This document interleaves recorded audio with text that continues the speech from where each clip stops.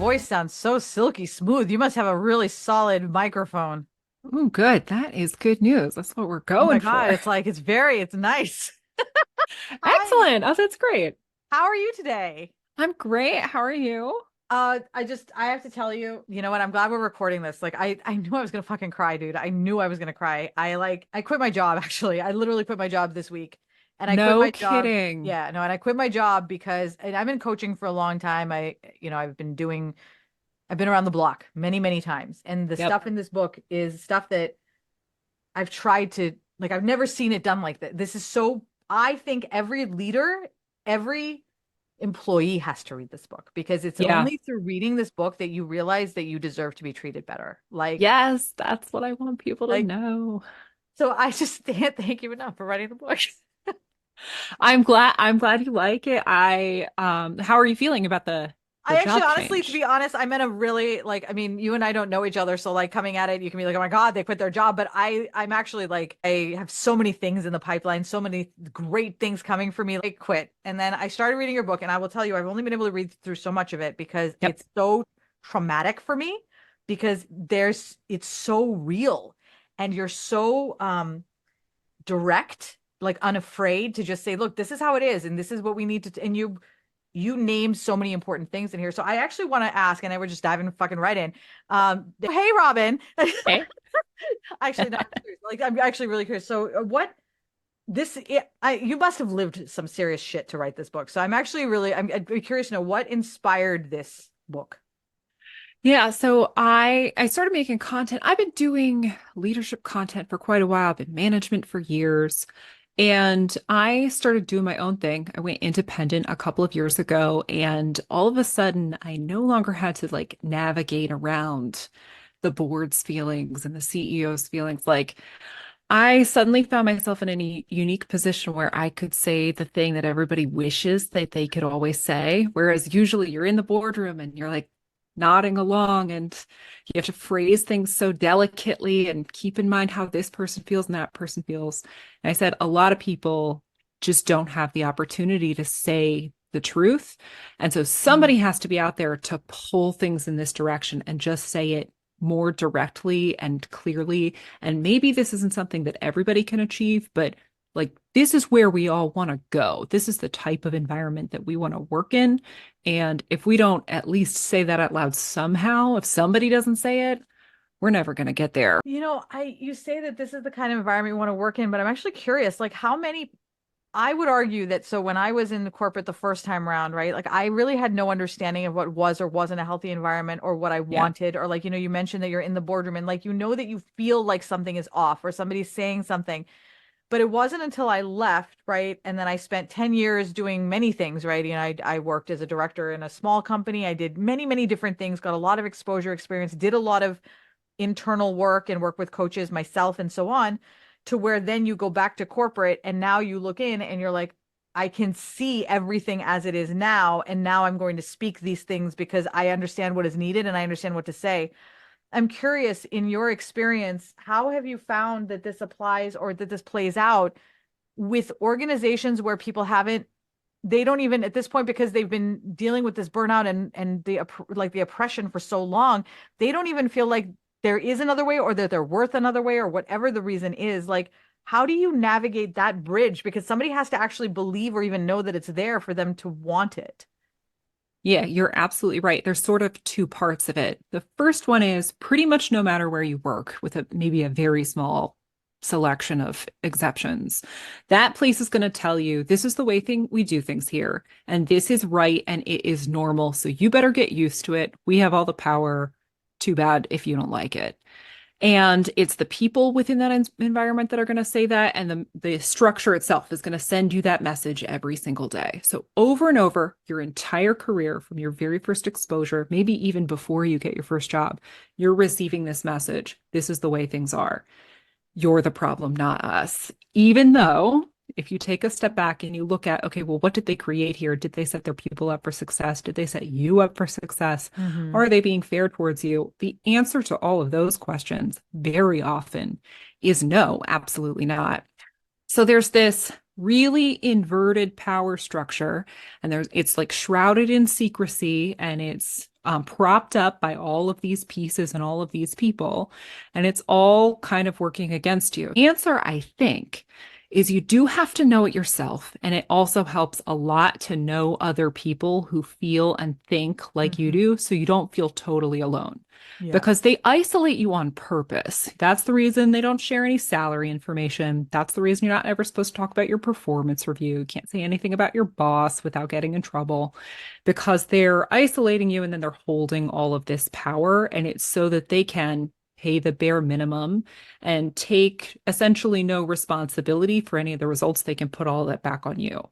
So I think the first thing is to know, like, you're not losing your mind. You are trying to do two people's jobs in an environment. You're being expected to work around the clock, to be available all the time, to do like churn out these results. And if you make even the slightest misstep, they're going to chip away at your self-esteem Hmm. and your ability to perform and say that's all your fault because you couldn't thrive, and that's what we're looking for.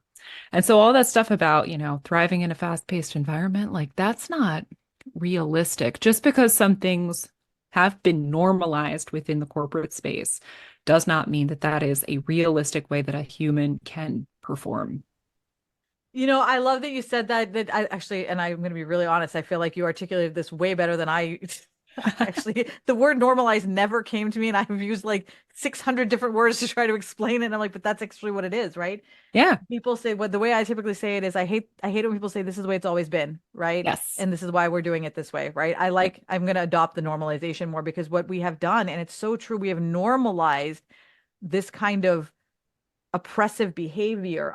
Yeah. I read, so there's one of my coaches, Toy Smith, and she was one of the people who started me on this journey. And she used to have a course for $187, which I was like, this is too good to be 187. And she turned it into a mastermind. And it was Business Beyond Profit. And it was about understanding how the history of how the chattel slavery influences, and then has influenced every step of our evolution in business. And that we now are just all in the system that was set up like over 100 years ago, just saying, well, this is just how it is. And I actually want to ask you, like, because I find this ridiculous. Do you find that people really say, or I find anyway, they say it almost as if this is like some natural evolutionary pattern, that this is just how work is, right? Like this has been decreed by our biological, like, do you find that a lot? Yeah, I do. And what's really interesting is people's memories are so short. It really doesn't make any sense to say that. So I saw something else similar, and it was I think the 100-year anniversary of the 40-hour work week, which was established by Henry Ford, like back in the days of the Model T and his whole philosophy. And what's interesting about that is that was revolutionary at the time, but because the thing that came before that was significantly dramatically worse, right? That was 100 years ago, first of all. And then just because the thing you have to recognize is everyone who's currently in the workforce has come up through this phase that we've been in. Really, our memories don't extend much further back than that. But if you were to go back 1, 2, 3 generations before this, the way that people worked was extremely different, and go back even before that, right? Because then you're really not talking about these kinds of corporate structures. The Industrial Revolution wasn't really that long ago. And Mm-hmm. the way that that sort of operationalized people and brought them into being a workforce. What was the workforce before that? It was different, is really different. And so we've experienced this long, drawn out period. I think people remember the 60s, 70s, 80s, and 90s because those are the things that we've had exposure to. And so as you go back each decade, you can see pretty dramatic change. I'm Mm-hmm. happy that that's the case, but even more dramatic change is coming. A lot of people don't want to recognize that the change has occurred, and so they're very stubborn. And sometimes I think it's not even their fault that they can't Mm-hmm. reconcile with it because, again, like that message was pounded into them by their family members, every boss they ever had, every company they ever worked for. It's tough because as we work within the structure, we become part of the structure. And so if we don't figure out how to break the cycle of passing those messages down, it'll just keep going. Mic drop moment there. Thanks so much on that one. That's amazing. Well, and I love how you said that like we perpetuate it because it really isn't anybody's fault. I think one of the things that I think that I find most frustrating and almost it makes me feel a little defeated sometimes, but like honestly, but that's usually in my darkest times. But is really that I don't, but it also makes me understand the problems, which is that most of the people that I've worked with have really good intentions and they're all really Yeah. trying and everybody's trying hard to do the right thing. And I remember saying this in a meeting once. I said, well, I guess we can all be really happy that we're all doing the thing that we're supposed to do. But in the end, someone is still suffering. Why aren't we solving that problem? Right? We're all just sitting here saying the works are all gummed up based off of all the various systems. So now we're all just going to sit here. Right. And it's like, or point the finger and say, well, why haven't you done this? And that brings me to actually something else that you said in the book. And you talked about how we try to sort of we set up a structure of failure, right? And and it would help me if you like I'm going to tell you what it was and then if you could elaborate and kind of like restate it to make it a little clearer for people is there's an infrastructure that is set up not to make you succeed but to make you fail. And then when you fail, the blame is put on you for not being good enough. And but like nobody ever sat down and said, I'm going to create this infrastructure, but like that exists. Can you describe a little bit about how that looks in an organization and like how, like why that's like how that happens? Because like people will mostly be like, oh my God, that's not it. And they'll be like, oh my God, that is it. So tell us a little more so people can figure out if they're in that circumstance. Yeah. So first of all, I work with leaders and in leadership. And I think it's important to acknowledge that because I'm going to describe things about the workplace.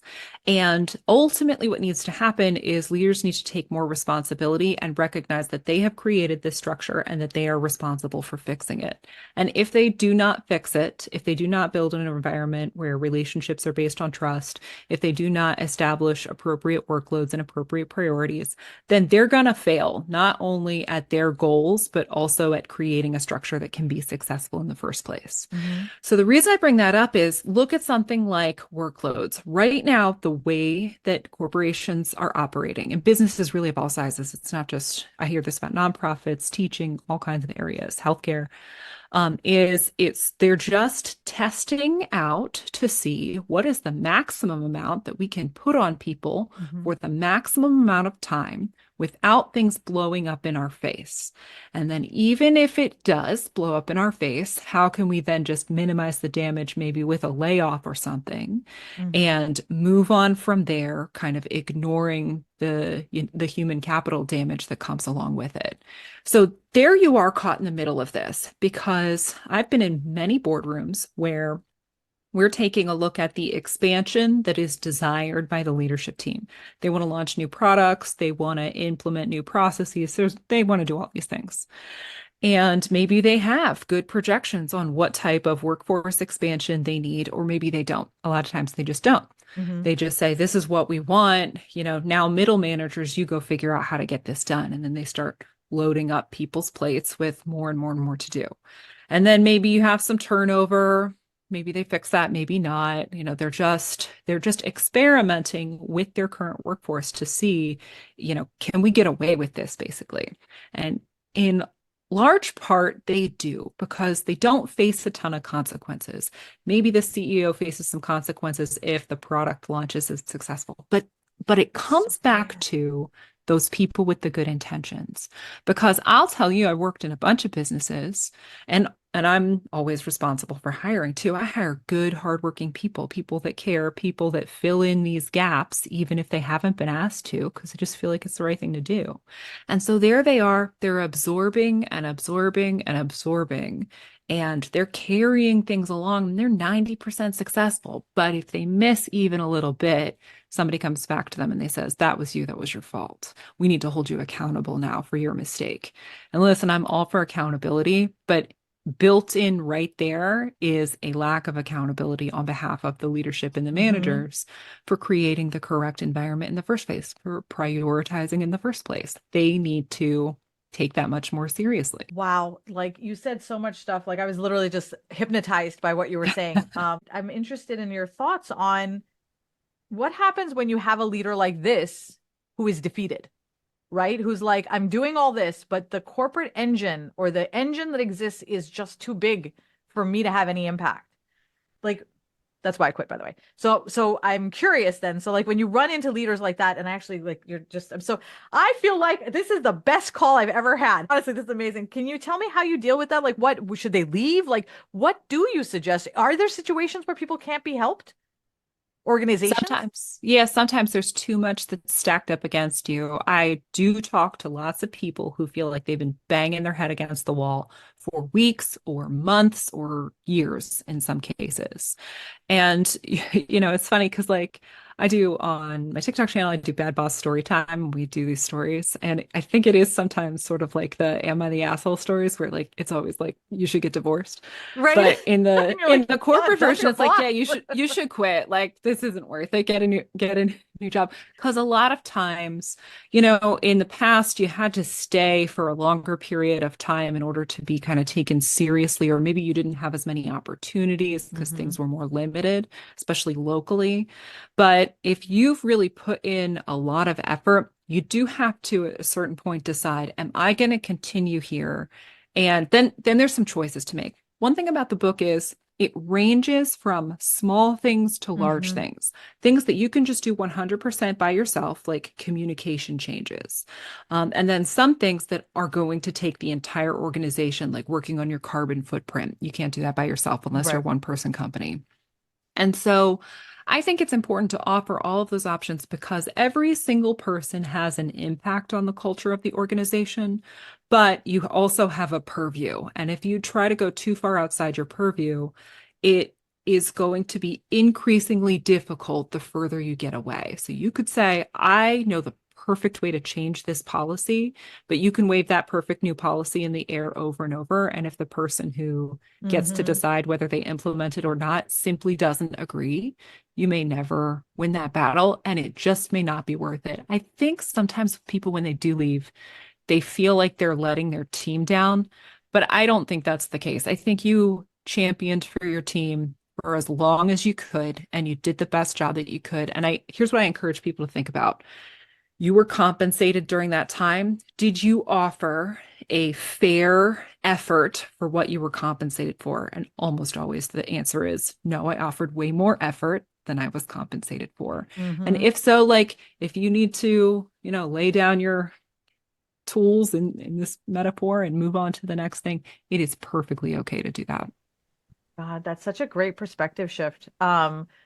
Because like, okay, so I actually want to come back a little bit because, you mentioned that you work with leaders. So I'm actually curious. And by the way, so I found you on Instagram, not on TikTok, but the last three people, like like one of my friends I was talking to yesterday, she's like, oh, I did all this stuff on TikTok and went viral and blah, blah. And I'm like, okay, everyone I like is on TikTok. So I feel like I'm now aging into the point where it's like I get on TikTok now. You would like it. I'm actually people who are trying to make the world a better place in some way. And so eventually, whether they're going to do it individually, like you said, some of these things are something an individual could do just themselves, right? Like your communication strategies and things like that, right? So at what stage do you typically start working with people? And then the other question I have is like when someone comes to you, right? So like we know this is a problem, right? And we're talking about it here.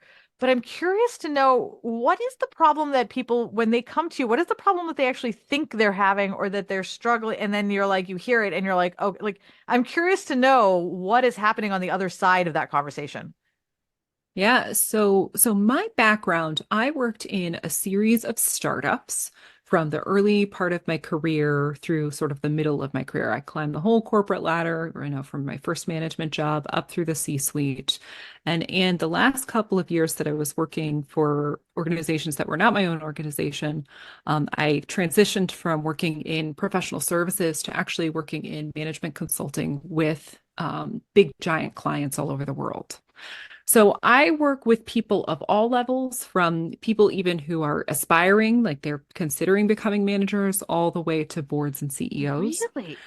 And that, it's interesting because you're facing a lot of the same things at every level. Your experience might be different and your conditions might be different. Your team might be a little bit different, but kind of ultimately it all comes back to the same thing. Like your number one job is to build a good team. And that involves hiring and coaching and working with your people, prioritizing, setting conditions. Like a lot of that comes back and it's the same. The number one thing I think I see people understand is their issue, and I agree with them, is burnout. They're Yeah. trying so hard. They're working as hard as possible. And I'll share a story about me in a minute. And they're just not getting results. And so they're trying to figure out like, how can I move this mountain? I've been pushing on it and pushing on it. And so I quit the 5 a.m. club a couple of years ago. I think like back in 2020, maybe this was before the thing that I was trying to do personally was just if I could just keep waking up earlier, then I can get all my chores done. I can get my kids settled. I can get this thing done. I'm still at the office somehow at 7:30 at night. Don't worry, I can still take on more projects. And so, I think there's a lot in that like hustle culture that can be enjoyable. But the message can't be just push and push and push forever, because basically we've now been trying to do that for 20 years. We Mm-hmm. started this do more with less movement. I would say it really came into full swing around like 2010. And Mm-hmm. so now it's been years and years of trying to do more with as little as possible. And it's exhausting. People are exhausted. It's sort of like a late stage do more with less situation where now, like, once you've done that forever and forever, like for, a decade of people's lives, a decade plus of It's people's exhausting. lives, they don't have anything left in the tank. Mm-hmm. And so if your boss comes to you and they start trying to push you and push you, like crack the whip, right? Eventually you'll just fall over, right? That's what Right. It's like- happens when you crack the whip endlessly and there's never any rest or refueling. So that's something we need to be cautious of because, like I said, with the experiment, sometimes they're just not going to accept. Because I think people give a lot of warnings and they say, this could go wrong. This will happen if we go down this path. yeah. But sometimes the consequences actually do have to happen in order for the business to recognize, hey, that didn't work. Oh my God, the getting hit by a bus to find out what happens when you get hit by a bus. I cannot even begin to tell you how many buses I've stood literally right in front of me, like, hey, bus, come get me. And then I'll just go stand in front of the Yeah. same bus again. I'm like, oh my God, this is so fun. Let's do it again. Oh God, Oh, yes. delightful.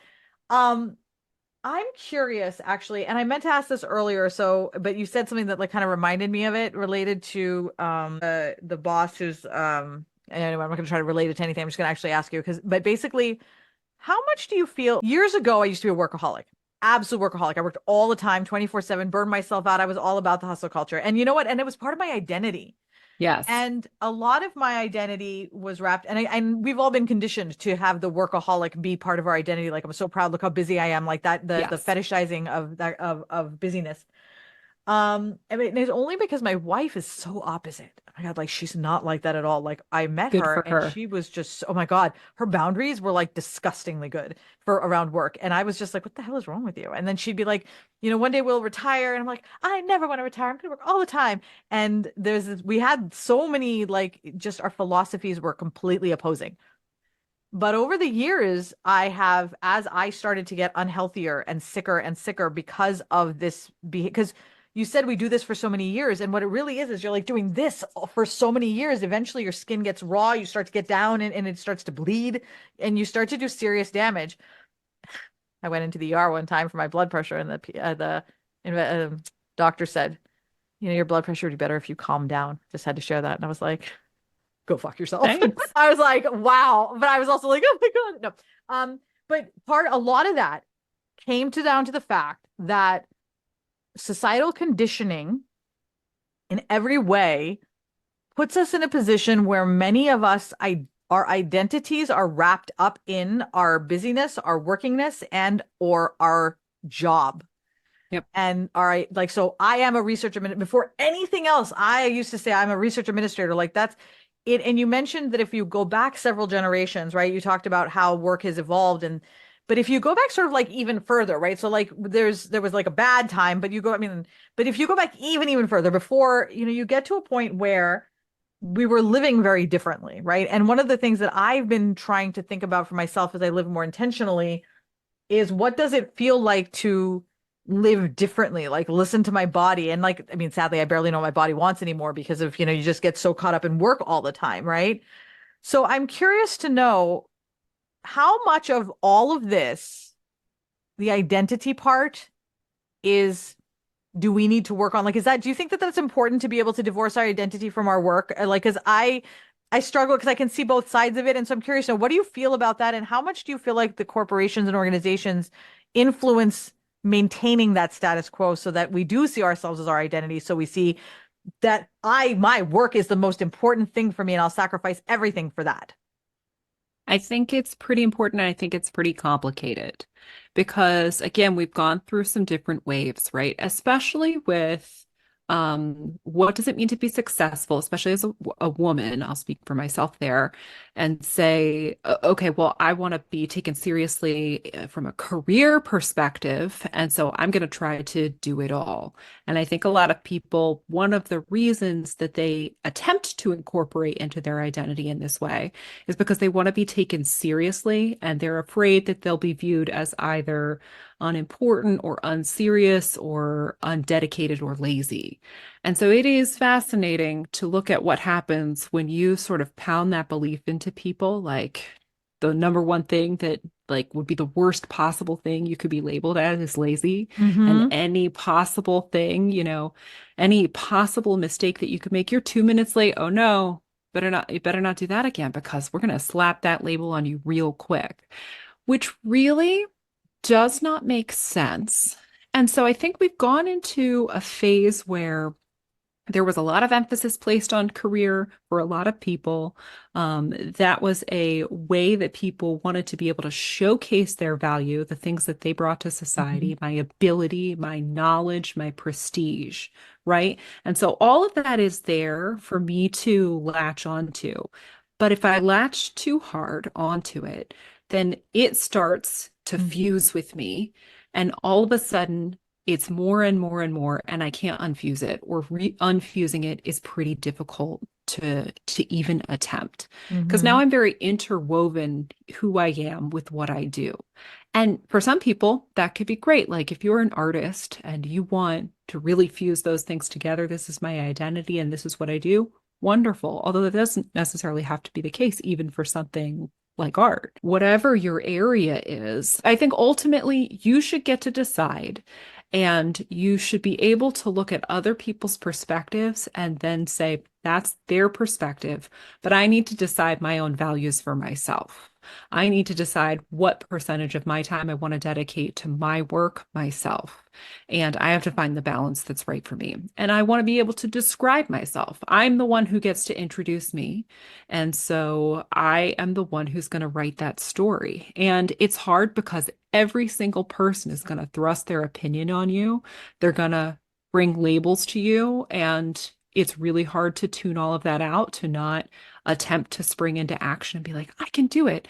But it's a process that I do encourage and that I work on personally because otherwise you're just stuck in this no-win rat race that goes on and will consume as much of you as it possibly can. You said something so true there where you were talking about like, because if you think about doing what you said, where you're like, I'm going to come from my space of my identity and my own value, right?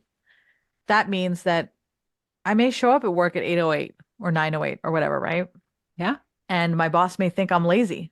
And my boss may even say that I'm lazy. Like, okay, great. Yeah. Right. But Go like, ahead. I know who I am and I'm comfortable in my own identity. When I think about it though, like, how do you navigate? And I know how hard this is, but like, so like, and just so anybody's listening, like, we said this in literally 5 minutes, but the amount of difficulty that this is to like do the actual thing that we're talking Yes. about is so hard. So hard.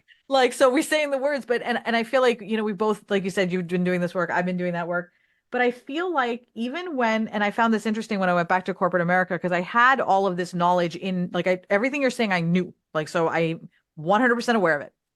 In fact, I coached on it for a while, right? Like but, and I don't coach anymore, but like that's how aware I was of it. But when I was in the organizational space, the momentum of the cadence of the organization itself will carry you along Yes. and will start to exert its influence on you to where your own you will start. And you said something earlier, I can't remember what it was, but it was basically, you didn't say the term gaslighting, but no, you said something like, you're not crazy, right? And I was like, oh my God, it's like gaslighting. It's gaslighting, right? And I'm not really sure where I was going with that, but I'm going to let you run with that now. No, you're right, because so when you go to work, whether that's in person or not, suddenly you're existing in a new place.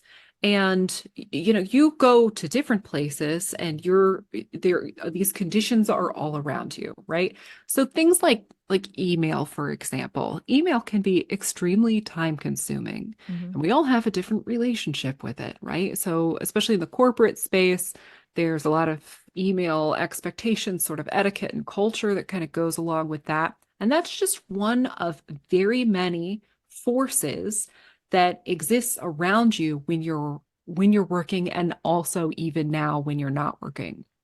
So all these things are kind of happening.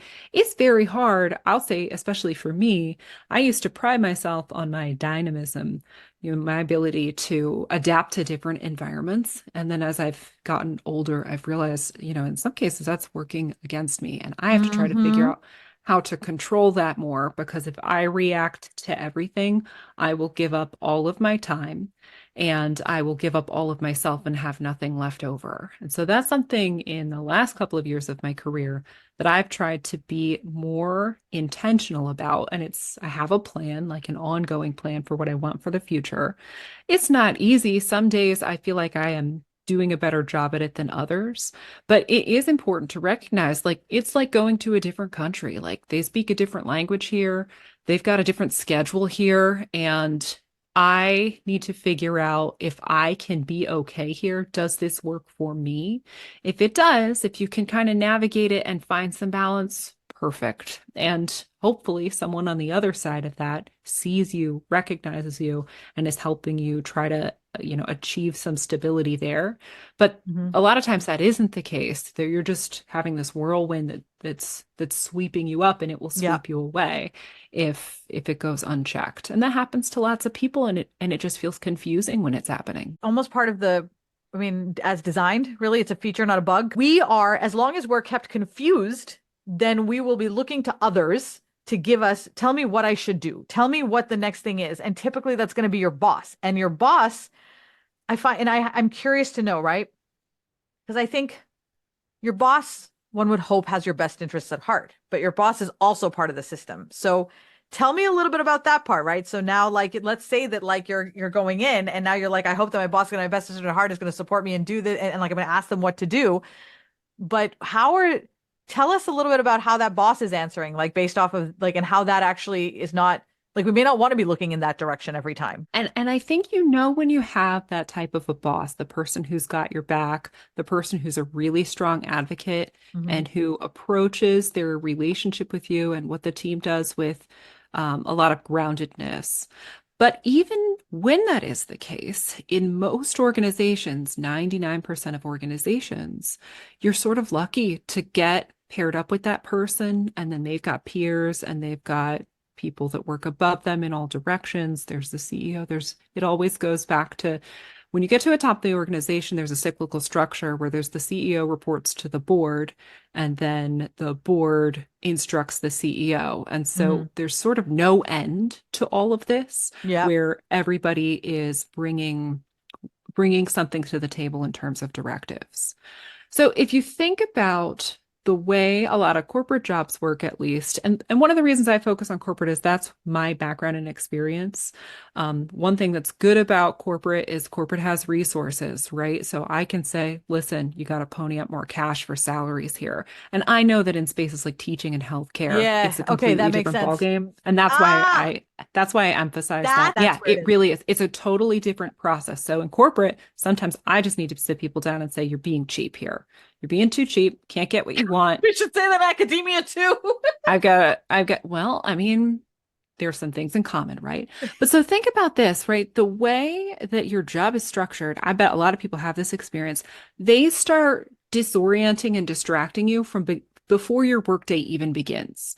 So how many people they start at 8:30 in the morning, but at 7:55 you're starting to get messages, or the night before you've received some messages. And now all of a sudden, like you said, in terms of like being destabilized, you're behind. And so if you start your day at your designated start time and you've already received the message that you're behind, the impulse you're going to have is to attempt to catch up.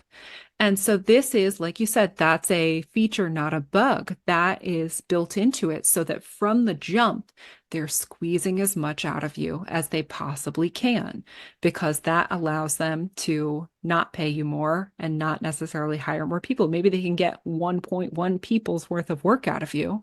And if they do that for 10 people, they just got a free person. And they view that as a win. And so you have to look at all of the factors, and you have to look at the size and the scale. You're just one person in this whole big environment. And that can be true even in a startup. Like, let's say there's only 100 people at your company or even fewer. There's still all of these forces. So it's a lot to contend with. And so ultimately, where I come back to there is you have to be cautious and thoughtful about protecting yourself. This is why, again, in some of those stories, it is like, all right, time to move on to a new job. Yeah. Um, and the economy continues to change. Sometimes that's easier, sometimes that seems impossible.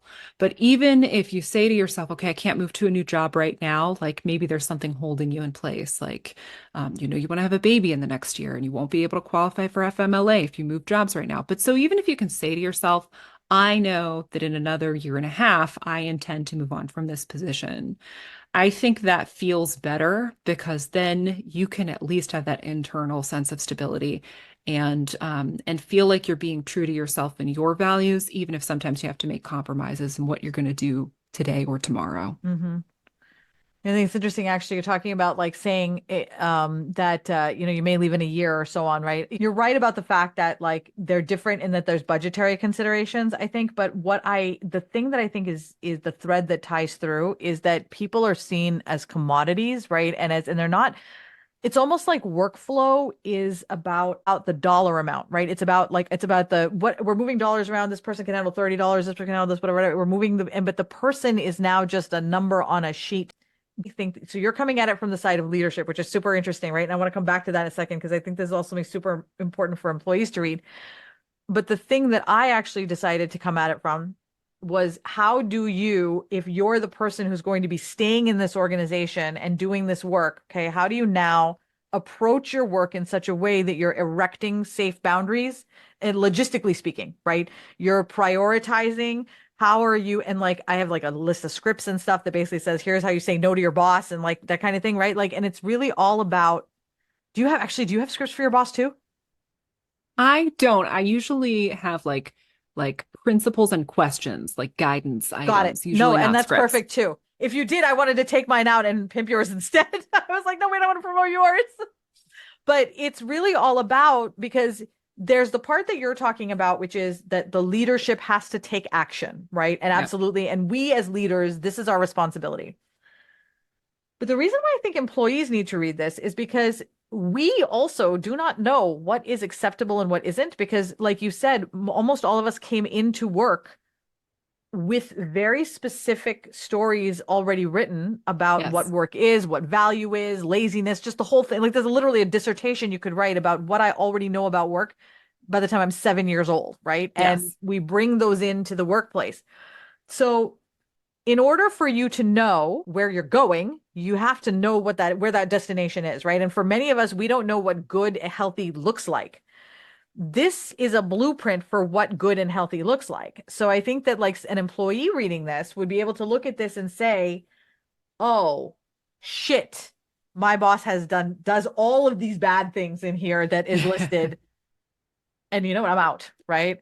Or whatever else they decide to do. So I think it's actually really helpful for creating sort of awareness in that space. And I would be curious to know, do you have a lot of like, your pot, it almost as if the Instagram really does like I was receiving it as an employee, right? And so I do feel like it appeals to both audiences. Do you know what your distribution is in terms of like your audience employee leaders versus non-leaders? So I don't get those numbers, but I can tell you from the comments that I see, I know it's definitely mixed. So Mm-hmm. that's one of the reasons that I clarify because One second. again, I just want to let the dog out because she's that's moving. okay. Sorry, go ahead. That's okay. I always clarify the responsibility falls on the leader, but it does not hurt for people to be aware. to know Mm-hmm. what they deserve, to understand and break down the issues. Because even if you are, this is your very first job, or you're not even inside the corporate workforce, that's fine too. It does not hurt to see the issues broken down and to have an ability to understand them. You mentioned the term gaslighting earlier. I think something that we've seen that's been interesting in the last couple of years is some of these terms have come into popularity. And the thing that comes along with that is people's ability to recognize when that's happening to them. Mm-hmm. And that's revolutionary because before it's not like that was happening any less. It was probably happening more. But then you have this set of behaviors to look out for and you have a label for it. And that can be really valuable because we know that's crossing a line. And so it helps to know when you've been exposed to something that crosses the line and to be able to say, I know what's going on. Because most of the time you feel like you don't know what's going on. Most of the time you feel like you're just caught here in the middle and they're telling me this is normal and that the problem is me. And so I'm just trying to run as fast as possible to catch up. So I do work with both groups. I never put the responsibility on the employee except for to Right. protect yourself and keep yourself safe and healthy. That makes a lot of sense because, like, the truth is, in the power dynamic, the leader is really the one who has the ability to make really affect all the change. I mean, obviously, employees have an enormous amount of. What's interesting is I think employees have an enormous amount of power. I said Yeah. this once. I said the employees have so much power as a collective, and they're like, "Are you talking about a union?" And I was like, "Actually, I think I might be." Yes. I was like, "Yes, I think I am."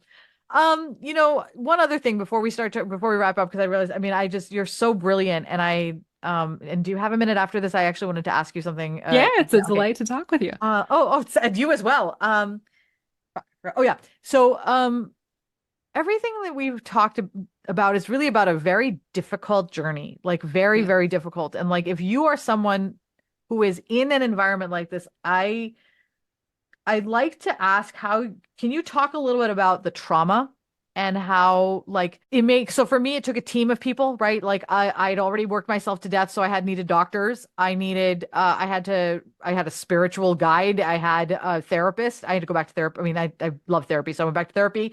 I started to get coaches. Like it took an enormous amount of will and intention to come back from the amount of damage that I did or that was collectively done together with me and society and everybody related to work, right? And a lot of this I was complicit in it. I just, well, hi, let's do some more, right? So I had to like work through that. So can you talk a little bit about the trauma and then also like healing, right? Like what are some of the things that people may want to do as they start to heal if they realize they're reading this and they're like told you I had a panic attack, right? So like what, and I have a therapist, so I'm good, but like what would you recommend? How should they deal with that?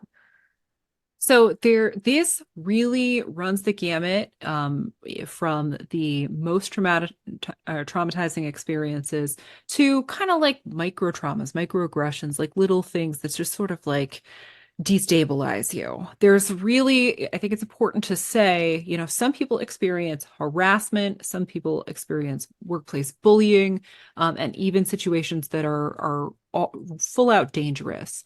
And but even if that's not your specific situation, it just if you experience mainly burnout, a sense of like losing your identity or of exhaustion, there's really this whole range of things that can happen if you have an opportunity to decompress from that. It can be a lot to process because you can feel like you've lost so much of yourself, or you've lost so much time, or you've given away so much that it feels very confusing. Where do I even go from here? But I think something that's especially hard is many people do not get that opportunity. And it is extremely hard to gain that perspective when you're in the thick of it, because what Mm-hmm. will happen is the emails will keep coming. The work assignments will keep coming. You'll be asked to do more and more. And so you don't even have like an opportunity to take a breath, let alone to schedule a therapy appointment. I think that's a very real thing that happens to people is like Amen. So they true. need the support, but you know what? I'm supposed to be at my job from 8 a.m. till 7:30 p.m. Like, when am I supposed to I can't even get my hair cut, like, let alone find time to go to a weekly therapy appointment. Now, again, responsibilities on the leader to make sure that they are giving you the opportunity for flexible time. They're taking things into Mhm. account. But the truth is that It's really hard. And then the other truth is that people are being forced to work longer and longer. We have fewer safety nets and we have fewer options. And so leaving the workforce is simply not a realistic option for Hmm. many people. People live paycheck to paycheck to paycheck. The majority of people live paycheck to paycheck, and that's just reality. I think sometimes we assign a lot of moral stuff to that, and that's just not helpful Hmm. because it is the reality. You can, you listen to those podcasts that say you should have 6 months salary signed up, but Oh my God, that's please like, do email me if I that's your wish. deal. Congratulations. Yeah. I don't know any people who personally are in that situation. And so I think, again, the simplest, most basic building block is just to be able to call a spade and say, I see what's going on here. I see what I'm working up against and the like steepness of the hill that I have to climb. And even just standing at the bottom of the hill and saying, okay, I can start to figure out the tools that I'm going to need or what the terrain is like. Hmm. Those are the things I think that make you feel sane and grounded. Absolutely. I love that so much. Do you have any parting words for, I mean, like, first of all, you're a gift, like just listening to all this, because I think that, one of the most important things you said, well, I mean, you said so many important things, but was about the more we talk about it, the more people will start to recognize it in there. And that's truthfully all I feel like that's all anyone can really do is just provide the exposure to the idea and the thing, and then everybody else gets to decide on their own whether that's something that they want to walk through or not. And I really, really appreciate you giving us such an insight into some of these things. Is there anything that well, let's start with, there's two things. One is I'd love to know if there's anything that you wanted to share in terms of parting wisdom, but then I would also like to know if there's anything that you wanted to promote or anything, like just feel free to run that in there and just tell us how we can find you, what to buy, all the things. Sure. Well, I'll end on my like sort of key wisdom, and this is runs throughout the book. I think a healthy, happy work environment, a place where you feel respected and a place where you feel valued. And I find that if I talk to two people, a person who loves their job and a person who hates their job, and I ask them about those three things, it's extremely consistent. Like those are the places where leaders are either succeeding or failing. And if there's almost nothing that you can do, if you can tie it back to those three areas, that's how I think you can make a difference. And everybody can make a difference. It might be big, it might be small, but that's like I said, I usually don't have scripts. I usually have principles. And those are three principles that I feel are extremely important and simple, and you can tie things back to. And then, yes, I would love, please follow me. So I'm on TikTok. My handle is Courageous Leadership, and I'm on Instagram also now, and that's Real Courageous Leadership. And then I've got two books that are out. One is Happy at Work, which is the one that you've got there. And then the other one, which is a little bit older, is called Be True to Yourself, the Personal Values Workbook. That one's on Amazon. Happy at Work is everywhere. So yeah, feel free. And you can always contact me too. Either send me a DM or send me a message through my website if you've got a question or a scenario. I'm happy to talk to people all the time. I love it. And this book, so good. So good. Everybody should read this book. So awesome. Thank you so much. It has been so great having you. So fabulous talking to you. Thank All you. right.